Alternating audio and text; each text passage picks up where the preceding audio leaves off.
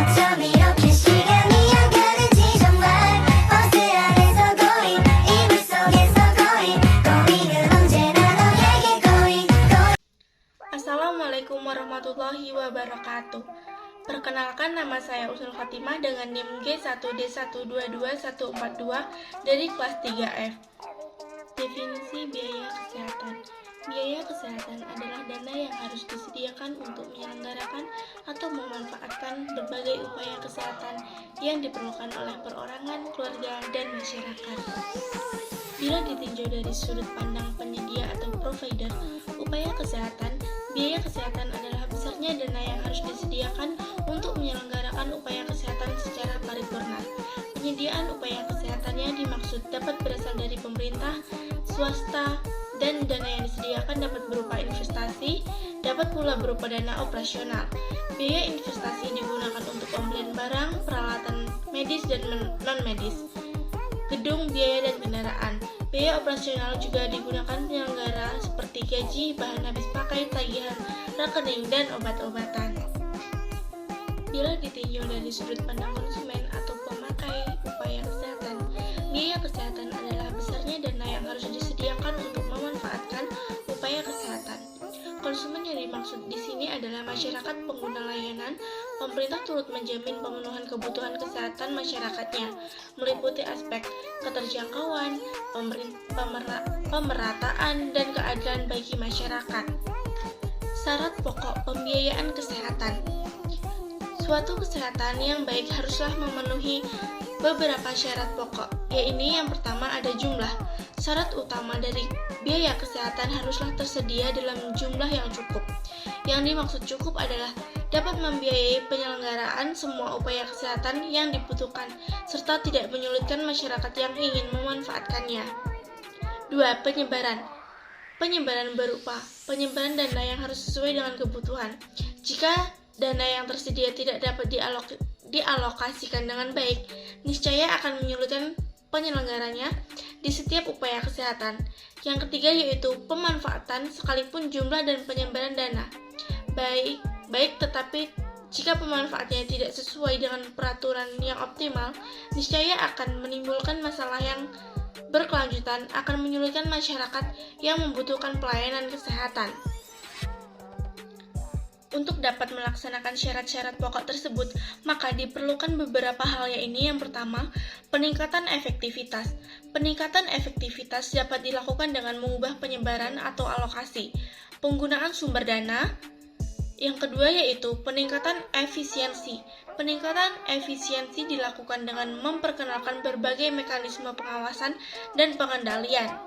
Permasalahan sistem pembiayaan kesehatan di Indonesia. Yang pertama yaitu kurangnya dana yang tersedia. Di banyak negara, terutama di negara yang sedang berkembang, dana yang disediakan untuk menyelenggarakan pelayanan kesehatan tidaklah memadai. Rendahnya alokasi anggaran ini terkait dengan masih kurangnya kesadaran pengambilan keputusan akan pentingnya arti kesehatan.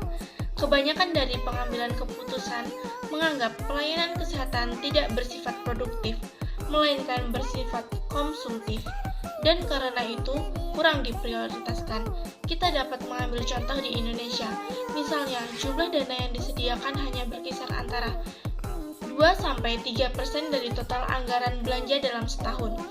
Yang kedua yaitu penyebaran dana yang tidak sesuai. Masalah lain yang dihadapi adalah penyebaran dana yang tidak sesuai karena kebanyakan justru beredar di daerah perkotaan. Padahal jika ditinjau dari penyebaran penduduk, terutama di negara yang sedang berkembang, kebanyakan penduduk bertempat tinggal di daerah perdesaan. 3. Pemanfaatan dana yang tidak tepat. Pemanfaatan dana yang tidak tepat juga merupakan salah satu masalah yang dihadapi dalam pembiayaan kesehatan ini. Adalah mengejutkan bahwa di banyak negara ternyata biaya pelayanan kedokterannya jauh lebih tinggi daripada pelayanan kesehatan masyarakat. Padahal di semua pihak telah mengetahui bahwa pelayanan kedokteran dipandang kurang efektif dari pelayanan kesehatan masyarakat. 4. Pengelolaan dana yang belum sempurna. Seandainya dana yang tersedia amat terbatas, penyebaran dan pemanfaatannya belum begitu sempurna, namun Jika apa yang dimiliki tersebut dapat dikelola dengan baik dalam batas-batas tertentu, tujuan dari pelayanan kesehatan masih dapat dicapai. Sayangnya, kehendak yang seperti ini sulit diwujudkan. Penyebab utamanya ialah karena pengelolaannya memang belum sempurna, yang terkait tidak hanya dengan pengetahuan dan keterampilan yang masih terbatas, tetapi juga ada kaitannya dengan sikap mental para pengelola. Yang kelima yaitu ada biaya kesehatan yang makin meningkat. Masalah lain dalam pembiayaan kesehatan yang pertama yaitu tingkat inflasi, 2 tingkat permintaan, 3 kemajuan ilmu dan teknologi, 4 perubahan pola penyakit, 5 perubahan pola pelayanan kesehatan. Upaya pengendalian pembiayaan kesehatan. Upaya pengendalian pembiayaan kesehatan adalah tindakan untuk mengurangi biaya pelayanan kesehatan tanpa mengurangi kualitas pelayanan yang diberikan. Beberapa upaya pengendalian pembiayaan kesehatan yang dapat dilakukan. Yang pertama yaitu ada 1. Sistem cash mix, sistem pembiayaan pelayanan kesehatan yang berhubungan dengan mutu, pemerataan, dan keterjangkauan, yang merupakan unsur-unsur dalam mekanisme pembayaran biaya pelayanan kesehatan untuk pasien yang berbasis kasus campuran. Yang kedua yaitu standarisasi pelayanan. Standarisasi pelayanan secara medis dan administratif merupakan bagian penting dari pengendalian biaya, cost containment, cost effectiveness, quality control. Tanpa standar yang jelas, akan sulit memprediksi dan mengendalikan biayanya. 3. Pembinaan, promosi, dan pelayanan kesehatan. Upaya sistematis dan terencana untuk mengarahkan pelayanan kesehatan pada upaya promotif, preventif, dan edukatif.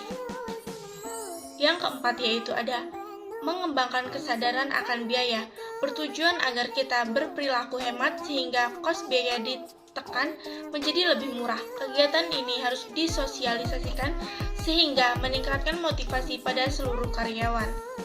Yang kelima yaitu investasi teknis, upaya untuk meningkatkan efisiensi dan efektivitas pelayanan kesehatan dengan memanfaatkan teknologi dan inovasi. 6. Pengendalian, pengalokasian, dan pembelanjaan dana kesehatan.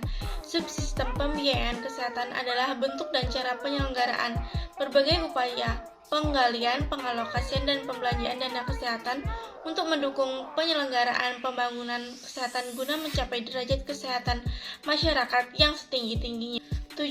Pengelolaan dana kesehatan atau prosedur mekanisme pengelolaan dana kesehatan adalah seperangkat aturan yang disepakati dan secara konsisten dijalankan oleh para pelaku subsistem pembiayaan kesehatan, baik oleh pemerintah, swasta, maupun masyarakat, yang mencakup mekanisme penggalian, pengalokasian, pembelanjaan, dan dana kesehatan. Yang kedelapan yaitu peningkatan akses terhadap pelayanan kesehatan. Peningkatan akses terhadap pelayanan kesehatan di antara peserta asuransi dapat dipandang sebagai efek yang juga dapat meningkatkan kunjungan pasien ke fasilitas pelayanan kesehatan seperti rumah sakit. Sekian video pembelajaran dari saya. Wassalamualaikum warahmatullahi wabarakatuh.